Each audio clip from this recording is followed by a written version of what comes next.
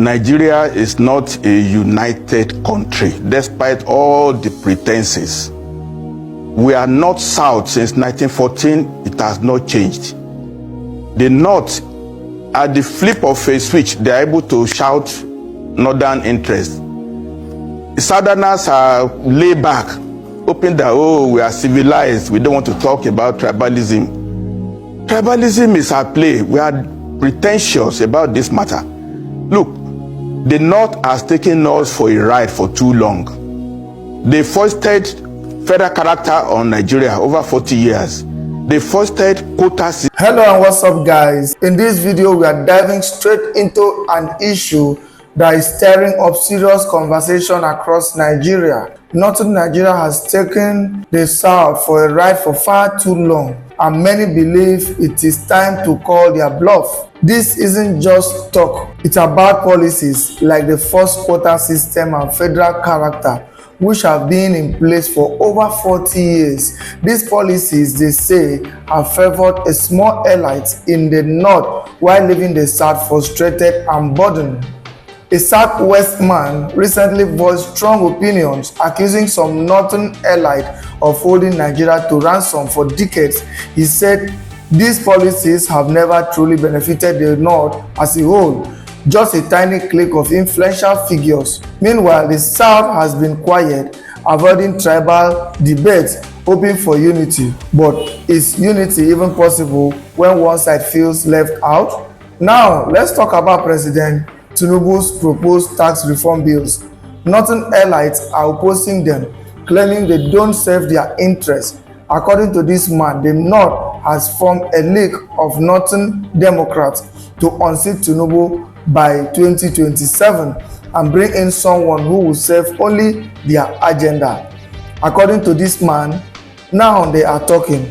The elites, the few elites in the North, as if feeding bottle is about to be removed from their mouth. This is what they are doing. They are shouting.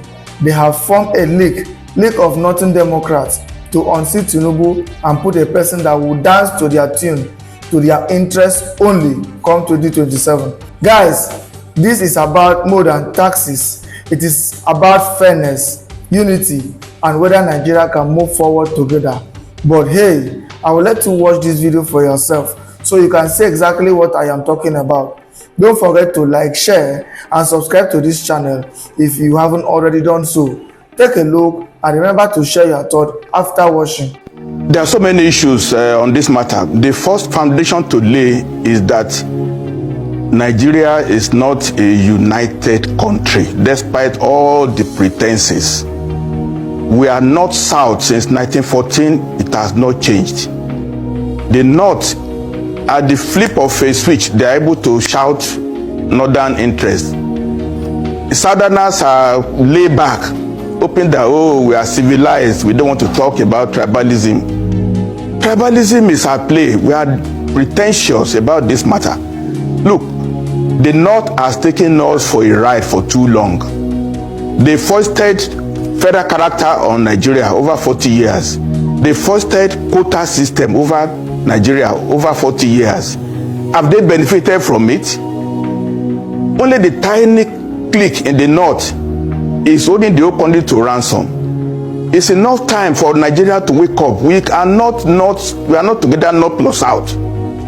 Now they are talking the elite, the few elite in the North, like if feeding bottle is going to be removed from their mouth.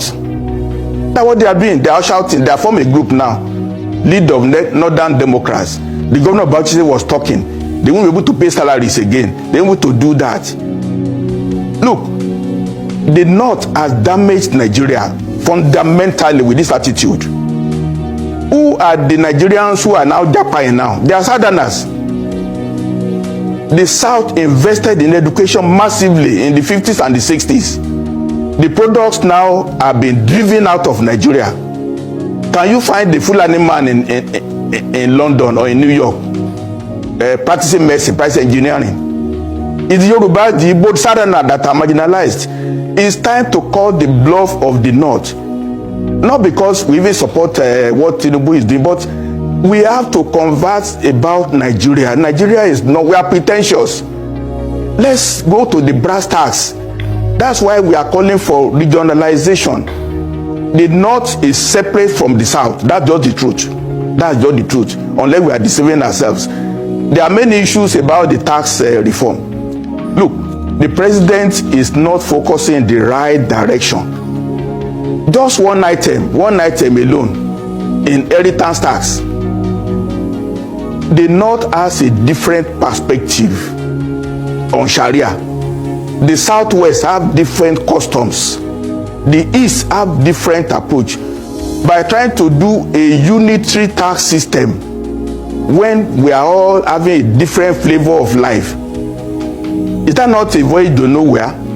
On that account alone, I will not really agree with what President Tinubu is trying to do. In all honesty, President Tinubu is focused on this tax matter. That is going to be the mantra of his administration. Let's assume that even the tax bill is passed in the next 3, 4, 5 months. Okay, what next? What next? Mr. President is taking his reputation, his political acumen on the tax bill. But there are many issues that is supposed to have faced that is not talking about. Civil service is blighted. Federal civil service in Abuja. We don't have a civil service. Civil servants are just looking to find a means to survive. They are not operating organically with the government. They are not. On a report, President said he would do it within 6 weeks, 12 weeks rather. They have done nothing about it. If we don't reform this public service and you keep giving some money to FRA to collect tax so you can spend, and then there are many issues that I can table in this in this show today. In 2023, the president announced a 500 billion naira agri project. What has happened to it? He didn't implement it. Now we have livestock ministry. I know now they are looking for offices in Abuja. When are we going to get the first cows from the livestock ministry? So overall, the focus on tax bill is totally not what Nigeria is looking at now. There are more serious issues, fundamental reform. Tax bill is not the reform that we want. The country has to be reorganized and let all of us live separately, but as good neighbors. As good neighbors. We are different. It's just a fact. We can gloss over it from here to eternity. Let me just stop there right now. Okay, and that's a good place to start. I agree with you. There's so many things that the president has to fix to make sure that Nigeria is right again. But before we move on to those things, I still want to ask you one more question on this Nigeria's tax system that has been a subject of debate for decades. With this President Tinubu's recent proposals to overhaul it significantly, tax reforms are never easy, especially in a diverse and complex country like Nigeria. Many critics fear that the proposed changes might favor certain regions or economic classes over others.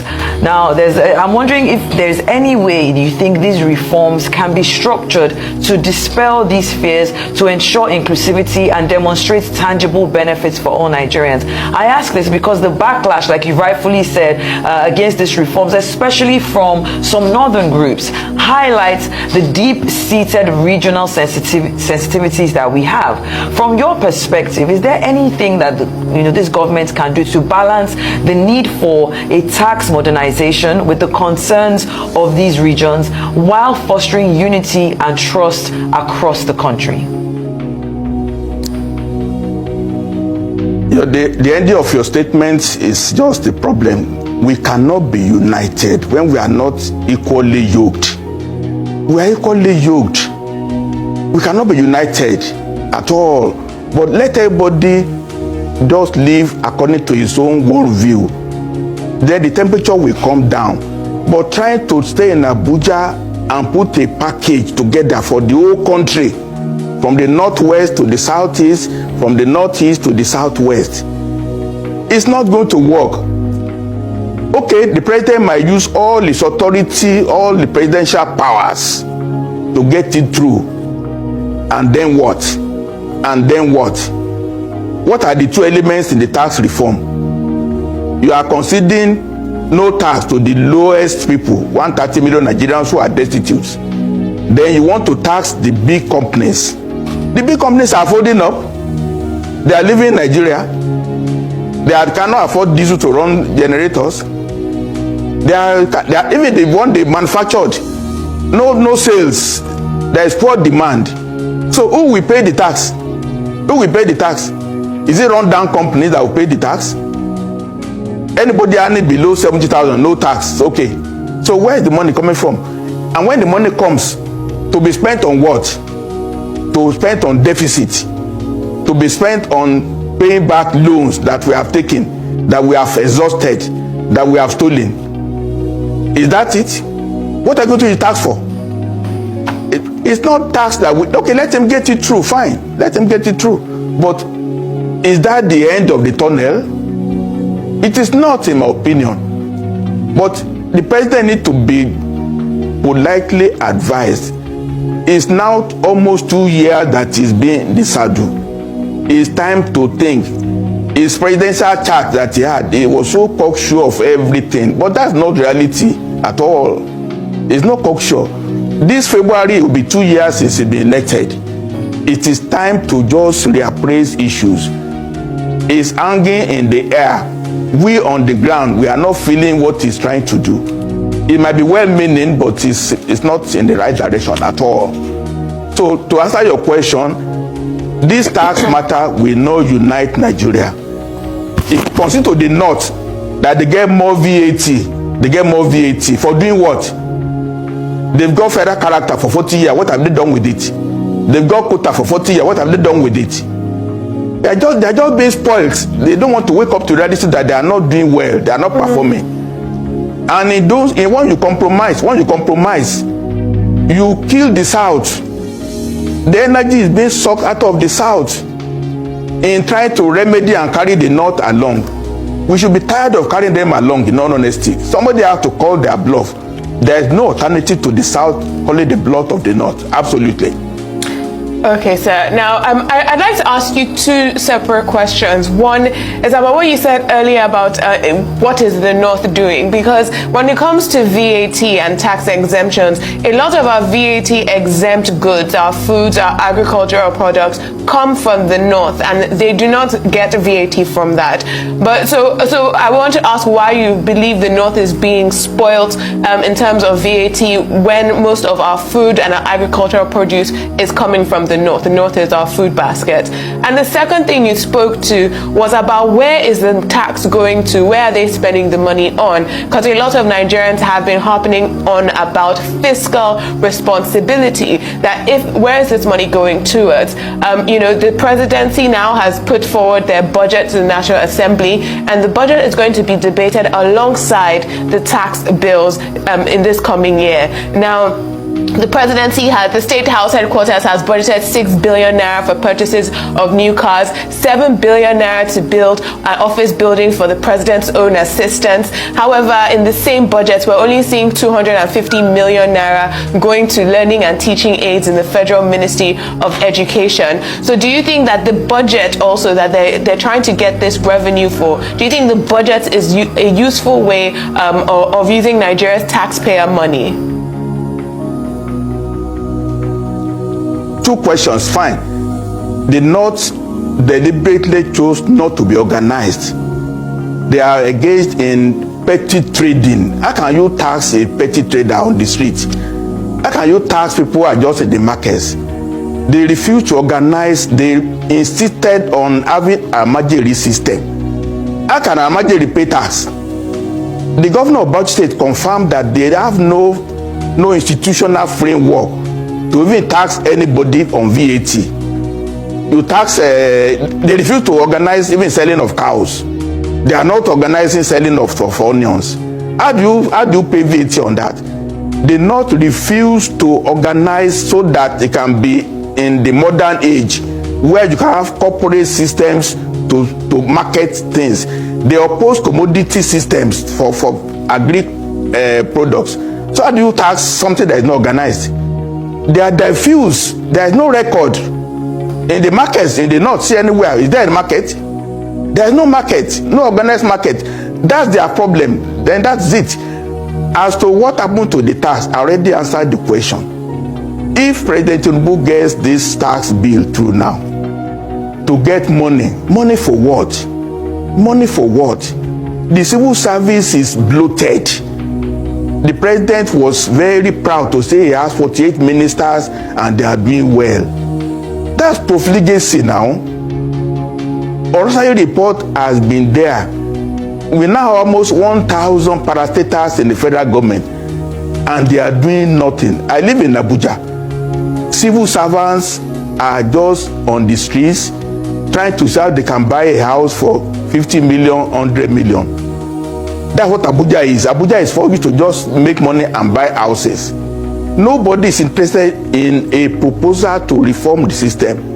An average civil servant, they are not interested in their jobs anymore. And you cannot blame them because the environment is too harsh for a public servant.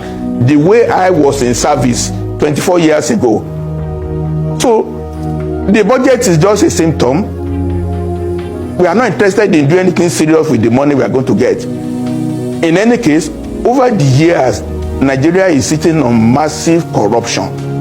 The president said he will not probe the military because he respects them. That's fair. What happened to the fuel subsidy claim under Jonathan? Have we looked into it? Look, there are so many reports of public stealing. Nigeria Airways water panel report, CMS report, Alibotin report. Even all the things recorded by AFCC, who knows what happened to them? There's a place in Abuja where almost 100 cars just abandoned, AFCC impounded. So there's so much waste in the system. Try to make more money to cover the waste. It's totally misdirected in my own reckoning. We need to really discuss the fabric of the Nigerian society. We don't need more money at all. The money we already have is enough if applied wisely. If applied wisely. Too many assets are wasting away, and getting more loans and getting more taxes to just pap over the system is totally, I don't understand. I don't understand. Honestly, I don't understand. All right, Dr. Fakunda. It looks to me like a lot of people might consider your submissions a bit concerning. The way that you're addressing issues that have to do with the northern part of the country. When you say that we are different, does it appear to you that it might sound like you are trying to breed division? Does it appear to you like you are in a way sounding like Kemi Badenoch, the leader of the Conservative Party in the UK, who is of Nigerian parentage and who says that, have got nothing in common with the North, and that they were even enemies, of where she comes from, which is of the Yoruba stock. You, of course, will have noticed the backlash that attracted, and people criticize that that's not the spirit that Nigeria is trying to work on. So when you base your argument of regionalization on the fact that we can be together even though we can be good neighbors, don't you think, sir, that you might make things a bit difficult for somebody like President Asiwaju Bola Ahmed Tinubu, who is Yoruba and who has been accused anyway of trying to Yorubanize the entire machinery of government? And therefore, if you are proposing to him that he should do more of restructuring that regionalizes, wouldn't that appear as anti-North? Anti-North at a time that key northern elements are saying that no, come 2027, it doesn't look like we'll support you. Aren't you making things a bit difficult for a Yoruba man like yourself, sir, who's the president? Thank you very much. It's a fact that we are divided. We pretend that is totally, I don't understand it. The North knows what they want, and the South are reluctant to say what they want. President Tinubu is better to put all the cards on the table, try to pepper over it and say we are united. Of course, we are not united. We are not united. We are divided. That's just the truth. I've told you now that the North brought federal character.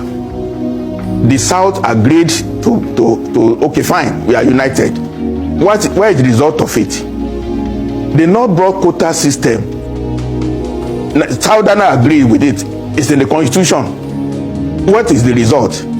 If we now bring in tax to say, okay, get more VAT in the North at the expense of the South, so what will be the result? The division will continue until we remove the feeding bottle. Let everybody just walk according to his own dictates. The North sincerely believes in Sharia.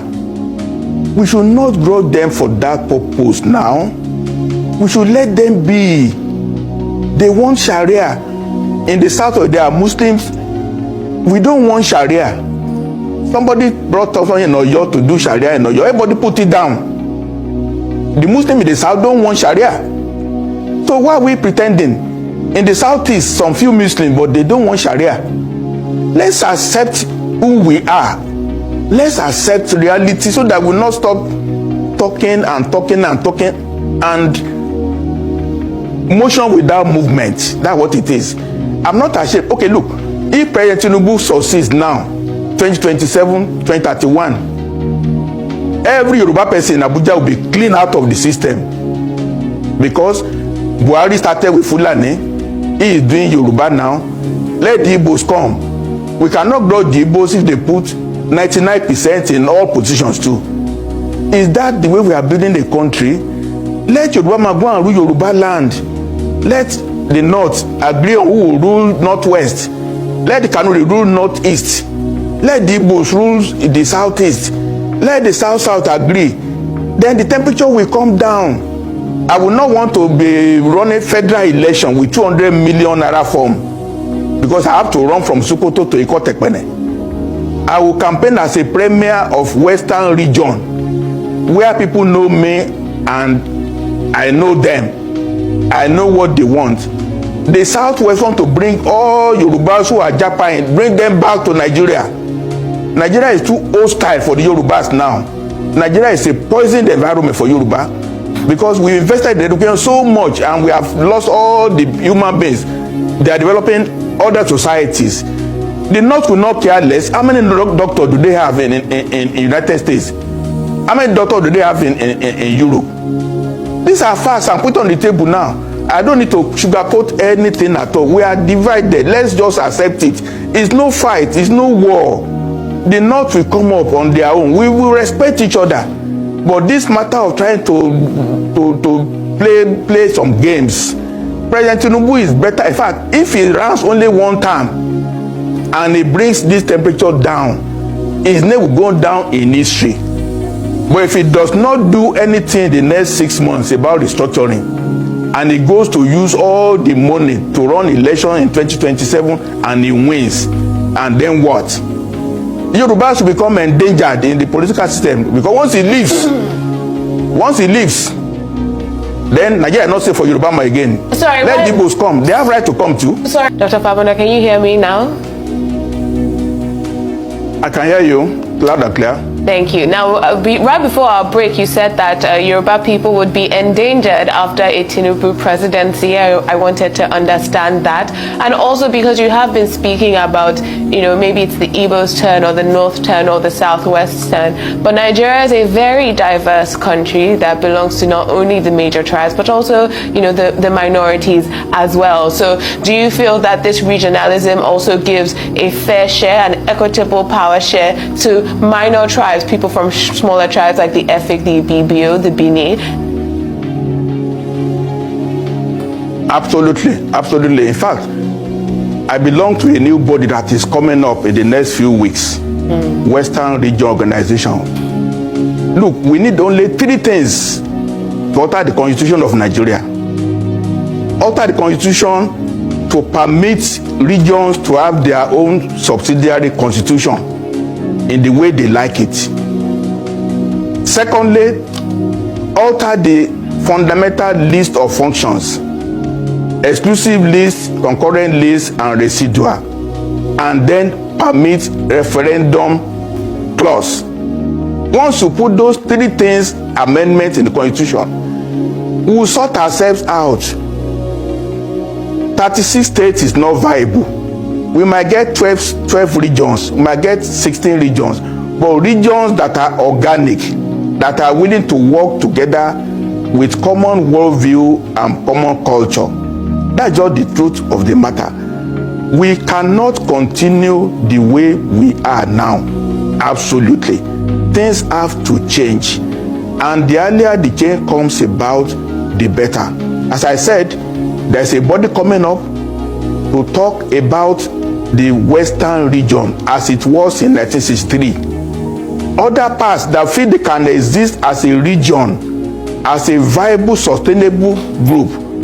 The Gbagis can be a region of their own. Why not? Why not? The Biobios can be a region of their own. Why not? United States, there is California, there is Texas, very big states. There is Rhode Island, there is Delaware. President Biden is from Delaware now. It's a very small, tiny state in the United States. But the rules are defined properly. We need to go back parliamentary system. If we don't reform this and keep going the way we are now, we cannot stop anybody that fights and take over power to not favor his own people. Because Buhari started it, Tinubu is doing it now, then others must do the same. Then we are sentenced to a life of penury in this country. It will be very sad. All right, President Tinubu cannot see what Dr. we are saying now. Dr. Fakponda, very quickly, we really have to go now, but very quickly in few words, I'm just interested in those who are part of this new Western region movement. I know that this has been your consistent position for years. It was the position of Dr. Femi Adegoke, Kemi Bidnock's father, Sunday Igboho, a whole number of eminent Yoruba people. But then there's a Yoruba man as president. So who are those people that will be part of this new bloc that you are talking about? Very quickly, sir. Oh, we have people. We are forming offices now. We are forming chapters now in the 6 states, and we are indicating for Kwara and for Kogi. In the Western region, we are proposing there will be 8 units, and we already have leaders appointed. We are coming out with this in the next few weeks. We have to push the president now, reform the system, let everybody go and do his own area. They will not be competing. In fact, let him make Abuja presidency to be relevant the way it was when Sadana said, look, I don't want to come to Lagos, let Balewa go. That's what we need. In fact, he doesn't need to contest election in 2027 if he has done a good job. In fact, you need to just get a form for 100 naira to run for president. But this one, we are going to spend 200 million to collect form, and you're going to fly over 36 states, rallies, and wasting money. That would be terrible. Let's reform the system that we don't have this expensive campaign that goes to nowhere.